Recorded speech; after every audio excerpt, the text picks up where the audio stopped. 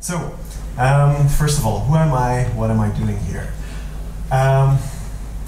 In my lightning talk, I think I might have mentioned that I'm not a developer, I'm not a documentation writer, I'm what we call in the Drupal community a site builder, and kind of well, mostly I'm really an evangelist, I think. And also this talk is more from an evangelist standpoint than from a real experience standpoint, because we haven't done any fancy testing of documentation. We don't have a product yet, or we haven't done a project yet where we're actually doing continuous integration. That's nirvana for us. We would love to do that, but we are not there yet. So it's more of a thought experiment, combining some of the things that I've learned looking at data, looking at how documentation works in the community, and some of the work that we've been doing on our own product. Another thing before I get started is that these are, I'm going to give you 2 presentations for the price of 1. Because I had a lightning talk prepared, but I wanted to give the other people time, well, 1 extra person time to do a lightning talk. So I merged it into my session, which should be interesting. But it's about approximately the same subject. So, testing documentation. This is about documentation in a post-agile world. Who here, well, hey, is there anyone who doesn't know what agile means here? There's some people, I'm sure, right? Doesn't know it. There must be some people, I think. Do a continuous integration? Then it's probably more people. Anybody? Yeah? So, what is agile? Agile is this concept that it comes from manufacturing originally, where and I think it actually comes from Japan, or at least it grew up in Japan, the idea, that when you're creating something, you should fix the bugs first. Like, you shouldn't wait until you're done with the product, you should fix it right there.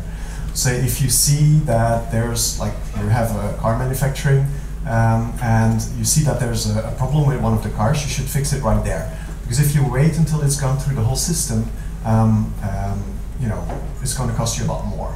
So agile is the idea that you try to reduce this batch time. You try to go faster and faster and faster. And the way that normally projects are managed in IT is a waterfall, where you start with the requirements, the design. Like, everybody knows this. I think this is how most people work. But with agile, well, this is a very busy picture, but what you should know about this is that it's faster. And when you go from agile to continuous integration, it's just getting faster and faster. Continuous integration is basically doing deploys, you know, several deploys a day. And that's crazy. That's just got that crazy. That's impossible. Unless, because the problem with it is that it's just too fast. You have multiple versions, like what you were talking about also, Christine, that you know, we're writing documentation for this version or this feature that still has to come out, but it's not in life yet. Now, where do we store it? How are we going to bring it in? So that's complicated. And especially if you're going to be working with communities, then it totally gets messed up. Because it's too complex. The only way that you can work with that, like, and not have a car crash, or, well, you know, maybe you won't have a car crash immediately, but at some point you're going to feel really big and have some documentation issue that's going to come back and really hurt you, because you said that it was doing this and it was not doing it, or at some point it will escalate and really bite you. So the only way that you can solve that is to go back to the developer community that came up with all this crazy stuff, and to look at how they're doing it, because they're already dealing with this kind of complexities of speeds and of being able to reintegrate and integrate and work fast for their code, because else they wouldn't be able to deploy it every, I don't know, 8 hours. That wouldn't work. And the way they do that is basically through automation, through quality assurance automation. Now, so my idea, or the idea of this talk, is that you should be able to do the same thing for your documentation also. You should be able to test if, you should be able to verify if your documentation is working against your code. Is everything still up to date? Is everything matching what you're writing, matching what you're actually doing? But you know, that's hard, right? Because documentation normally is this very nice verbose thing, and most of the writers, they like having a more personal thing. Like there was a talk, I don't know who said it, but somebody said, I don't remember who it was, that they prefer, instead of the API documentation that's automatically generated, they prefer the more verbose kind of, yeah, that was you, conceptual documentation. Yeah, the prose documentation. But how do you do prose documentation when everything's changing under your feet every few hours? And how do you make sure that it's the right version that's up? And that only works through automation. But prose is really hard to do that, right? Like, how do you test that? So, I want to go back a bit. Oh, well, first is, so I think there's two ways to do that. Or, like, if you look at it logically, you can do two things, right? You can either merge your docs into your documentation, or you can embed tests into your, documentation. And that sounds really interesting, but okay, again, how do you do that?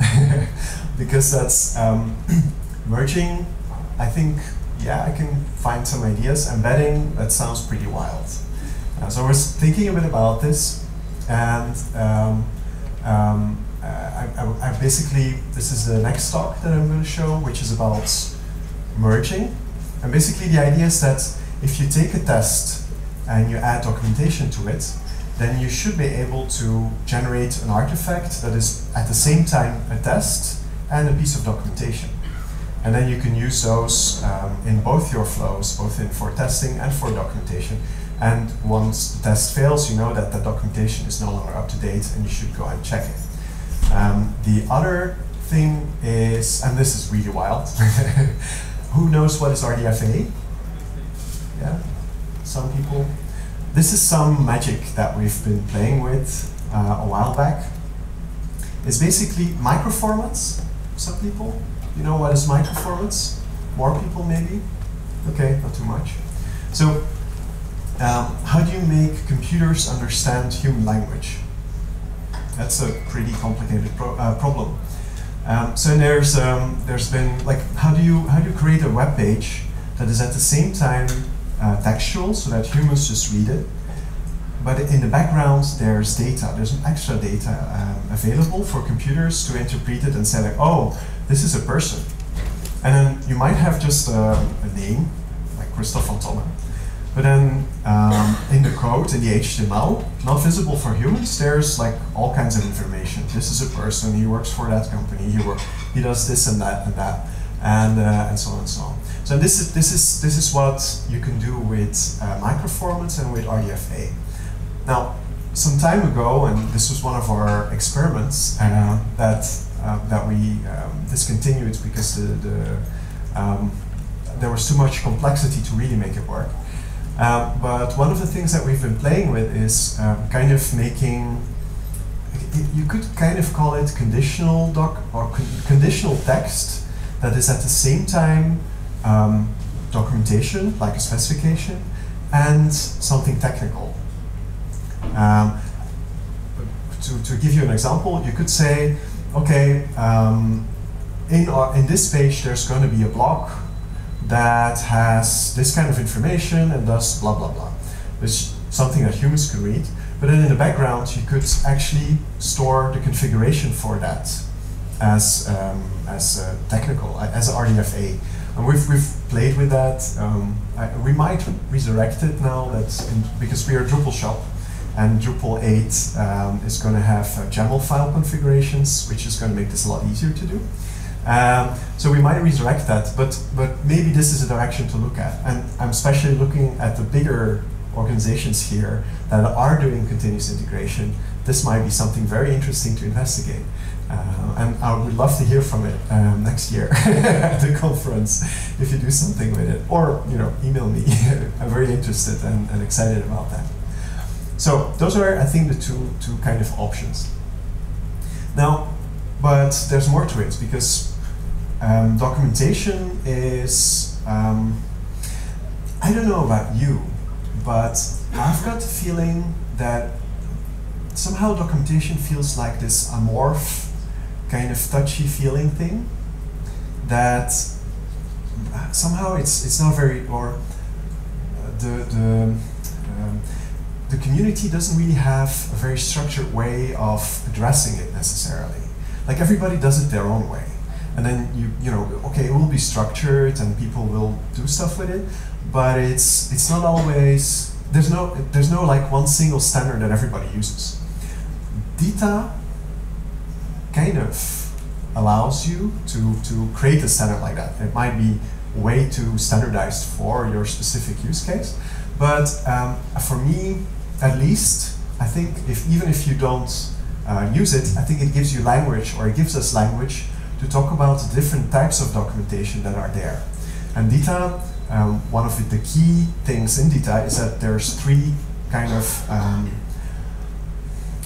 default or backbone topic types that they work with. And those are references, tasks, and concepts. And they kind of separate documentation into these three different formats. And I thought it was interesting to bring it up again, because then we can look at these three and see if we can do testing for these three and how you could do that. And I've tried that. And so references, I think, are actually pretty easy, and probably, well, they might seem easy, but few people are doing it to actually test against them. But like if you have code examples, code snippets in your documentation, you could test those. That should be fairly doable. It's some work, but you see the path. If you have like documentation about your API functions and stuff like that, that's also pretty doable. Because, well, okay, you should probably, or you could assume that when a developer works on their codes, that they'll also update documentation in the code. Or, well, that's probably not always the case, but you can assume that. So that gives you also a way to update your documentation with each commit and to kind of keep it or to keep it in the right version. Tasks. There's been there's been two efforts to do this kind of stuff. One is the cucumber, gherkin.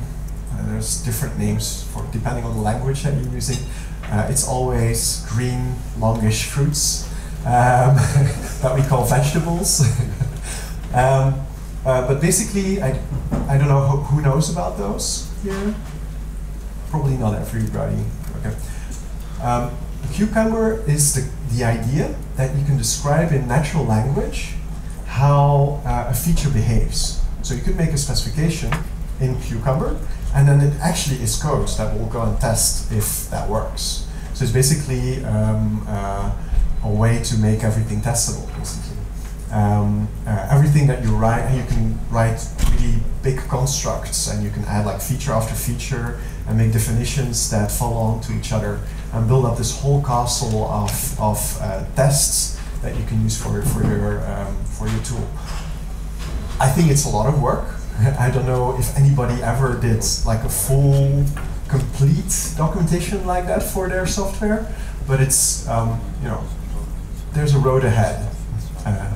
The other is WalkHub, and this is a shameless plug for the thing we're working on, and I'll explain that a bit later. But basically, that's the Selenium test that turns into documentation thing, where you can walk through an interface like step by step, like kind of like a tour, and then describe what you've done, and then you can use that as documentation.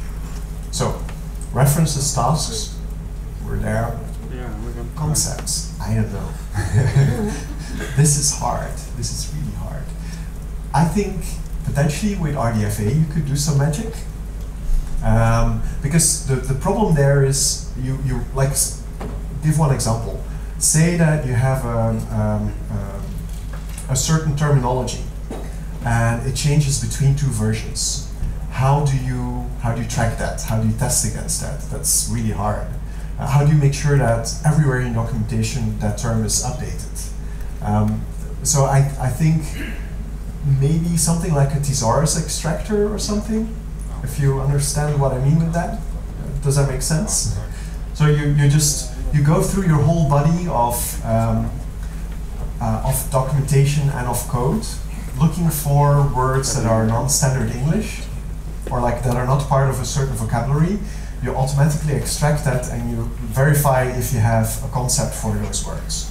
So basically defining your domain language as a sort of custom thesaurus and verifying that all of that is there. And then if you switch a certain words, then you can go and verify if there's still any mentions. Like if it still appears in your thesaurus, it means probably that you have to go and set it to deprecated or something like that. So that's how I think you could potentially address that. So that's my first talk. I've got a few minutes left. This is based on the unicorn stock, like very fittingly titled, that Florian Gilger gave at FOSDEM. That's where I got the idea to do this talk. It was about the time when it was time to submit a session. I thought it would be interesting. You can find his presentation on that URL. I'll still share my slides, so you don't have to go and grab that now. That's me. You can follow me on Kristof Van Tomme or just email me with anything. These are the pictures I used. Now, number 2. First, any questions at this point? I've got like time for one question. Yeah? Anybody? We have a break after this, so we can discuss it further. Yeah? So I'm looking at your walk-up. Yeah. Thing. So you can write Selenium test that takes screenshots. I'll show you. This is this talk. Any other question? Yeah. Just a remark. The Postgres community has a requirement no commits coming to the stable branch, or not version of the stable branch unless they have documentation. Right. So, but then that's good to make sure that there is. You commit the master. Yeah. But it's not going to be merged. Yeah. It's not documented. But that's a prerequisite. But how do you keep it up to date? That's the well, that's part of the review process. When you change something, you do the same. Like, you have the same process.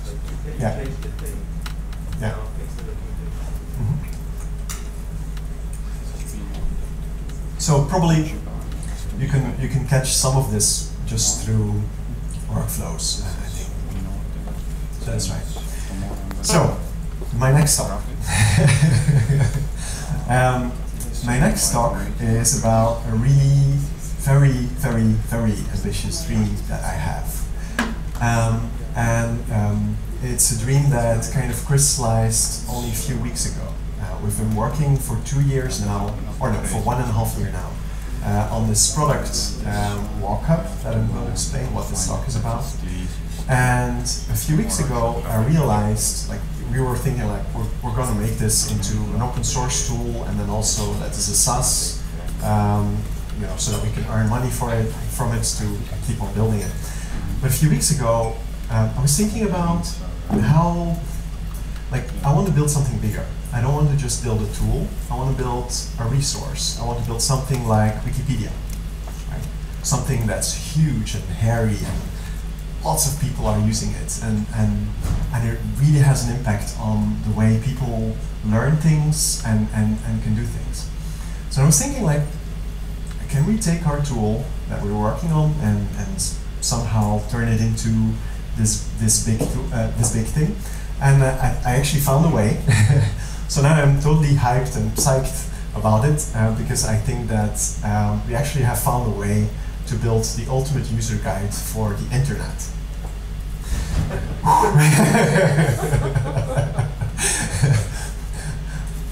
Not ambitious. So, and this talk is about that tool. It's first about the tool, and then I'll talk a little bit about, if there's time enough, about how we can turn that into the ultimate user guide for the internet. So, when you're dealing with tools like Drupal, and especially in Drupal, and anything that uses a user interface to do configurations and codey stuff, you've got this problem, which is, well, I know this interface. It's like my pocket. I know it inside out, and I'm not afraid, but I'm sure that most people here are scared and don't want to even touch this thing. Because there's so many fields and so many things, and it's all explained. Like, all the information is here. You know, if you just take your time and read through it, you can fill this out and you can do this. If you take your time and read through it, and that is a problem. Because most people don't do that. So when they come to this page, they're like, whoa, way too much information. Let's get out of here. Luckily, there's a shortcut. And it's called cognitive load reduction. Okay, actually it's not called like that, but everybody knows what's cognitive load. Must be people that don't know that. I know that it's been mentioned here before. You don't have to show your hands, it's okay. But basically, it's the concept that people have a limited amount of working memory, and that if you just dump too much information on them, they just tune out and get out of there. And it's kind of like with a GPS. It's the same principle. Well, there's Russians here, but anybody who's not from Russia or who can't read Cyrillic, if you go to Russia and you have to find your way in Russia with these funny characters that you can't even read, it's kind of complicated. And like, I think I can only imagine, because I'm just such a GPS junkie, but I can only imagine that in the times before there were GPS, and you had to deal with paper maps and that, you know, trying to figure out where you were and what you were doing. I imagine that that was really hard to just go to a country where you couldn't even read the words, like in Hungary here, Hód mezővásár hely. And that's even Latin. Those are Latin letters, so you can read it. You kind of can read it, but you can't process it. You can't take it up in your head.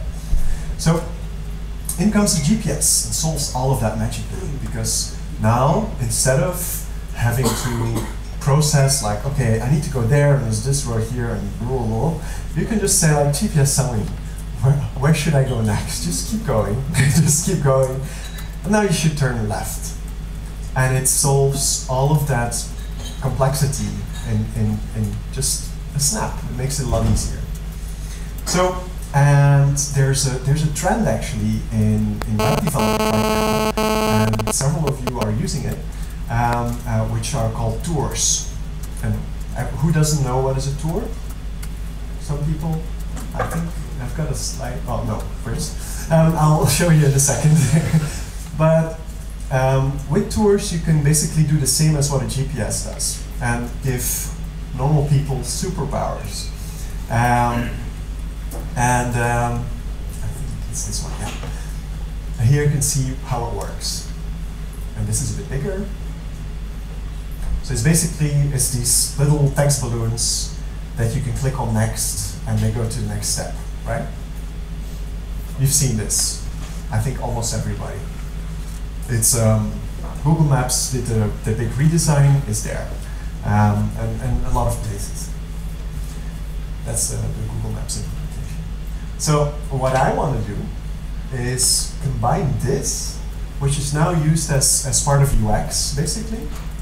Right? It's mostly a UX tool. It's an onboarding tool, and I want to combine it with something like the open community of Wikipedia, so that anybody can make a walkthrough for any process, no matter what website, and share it with the community and collaborate on it. And yeah, that's the goal. So it seems, I don't know, it seems a bit more achievable now, I guess, than before. Already, I hope. So what we've done, we started with this about a year and a half, and then last year in April we did a crowdfunding campaign on Indiegogo. Back then it was just pure Drupal community, because we're a Drupal company, we know the Drupal community. I can ask favors, I can I can get people to talk about it, and we just put it out there. And something amazing happened, because in the time, I've tried raising money for open source software before, and it's not easy. But in the project time, we raised $11,567, which is not nearly enough to build it, but it's a really, really good signal, a very big signal, that people are excited about it, and that people actually want to invest in it, and that they want to make it happen. So then in the meantime, like 1 year later, you can test it out. It's on walkhub.net. That's our widget that we built from these walkthroughs. You can create your own walkhub. So it's open source, you can just download it. We have developer documentation, which was a while in the making. And you can actually fork our code on GitHub. Yeah, so just go play with it. If you take my software.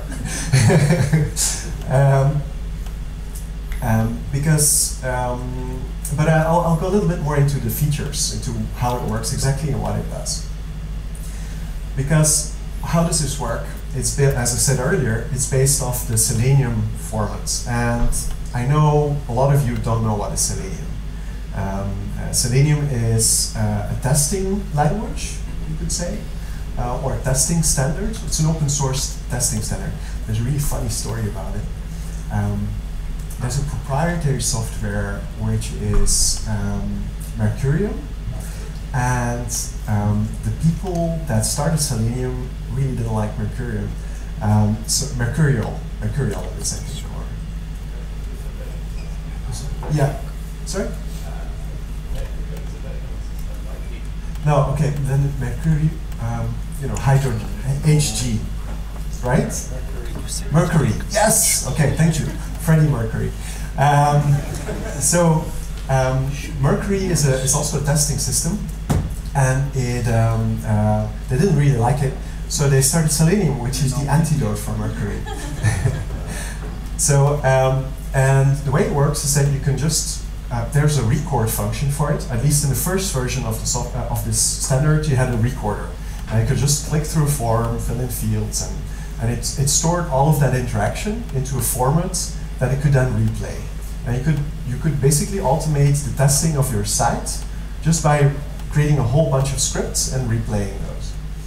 So what we've done is we've taken that standard and we've added text descriptions to it. So now you get these little flag thingies that show you have to click here or you have to fill something out. But because it knows what happened there, it can also fill it out automatically.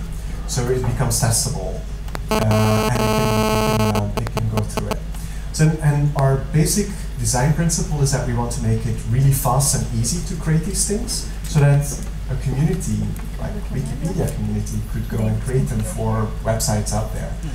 We're not as close to this as we would like to be, because right now we're using Selenium IDE, which is an open source plugin, which is a bit clunky.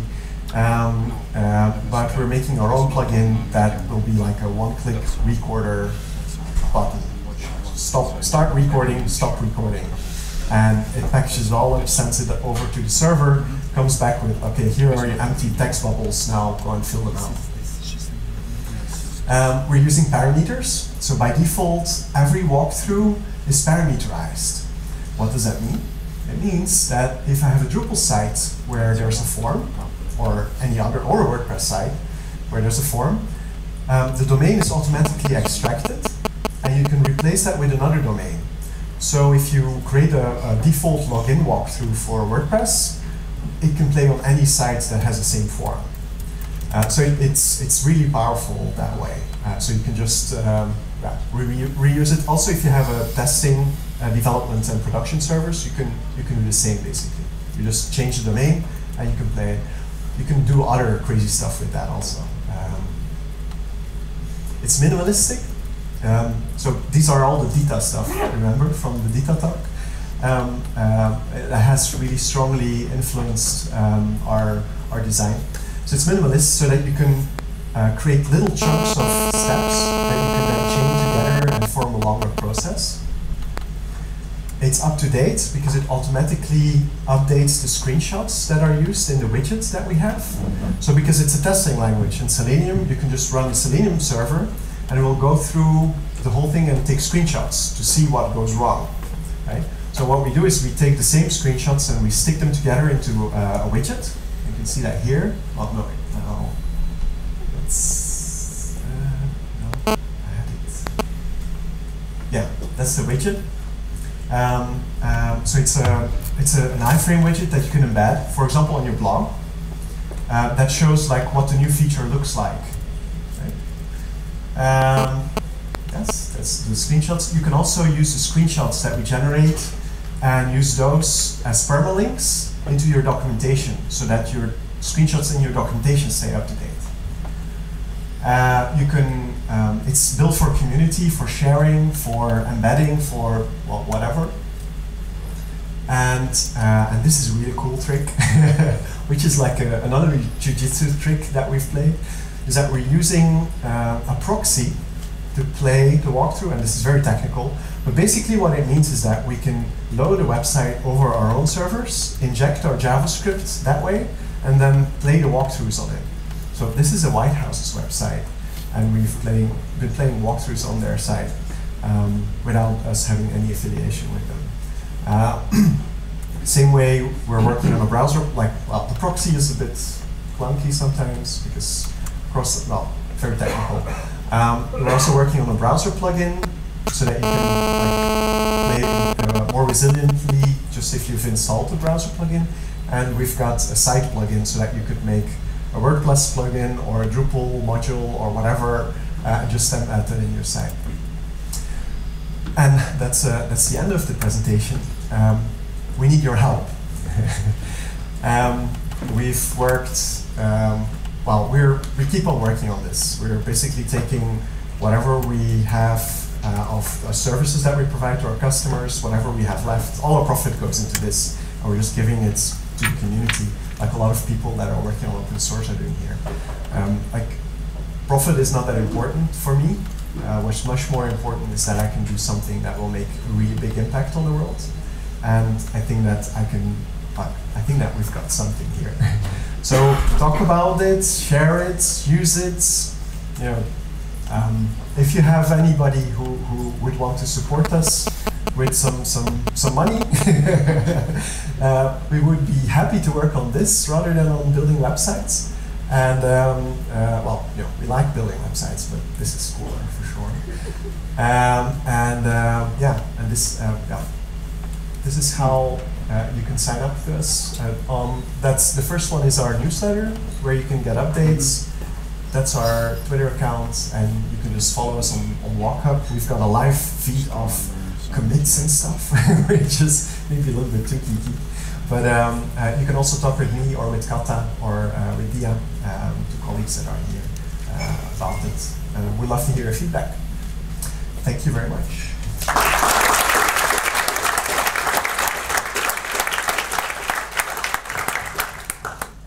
Questions? There's still chocolates, I hope. Well, yeah. Yes.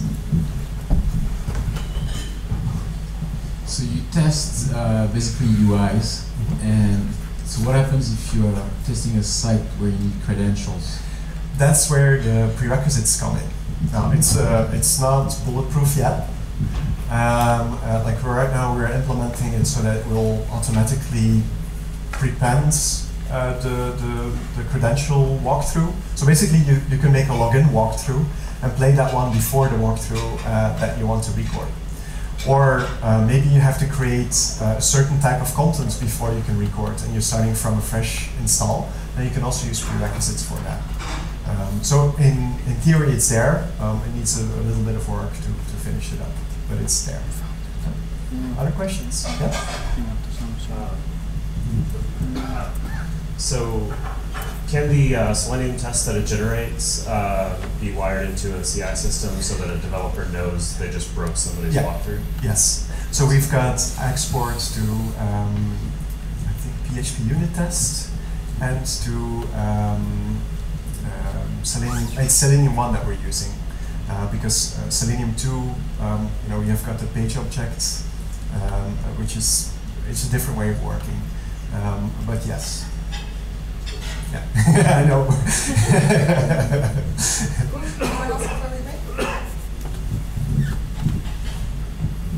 Does this work for people who have problem with eyesight, like who have some kind of assistance? Screen readers? We haven't tried, but it's text. This is the cool thing about it. So it's not like a video where, a video gets out of date. That's the first part, but also for videos, you have that problem. So it's a piece of text, and I don't know about what weight it gets in the browser, if it's like in focus and gets read first or not, I don't know. But potentially you could use it to even speed up their workflows because they can get faster through an interface, which would be really cool. Yeah. Great. All right, I think we're going to break for 20 minutes and then come back for the last couple of talks. Thank you very much.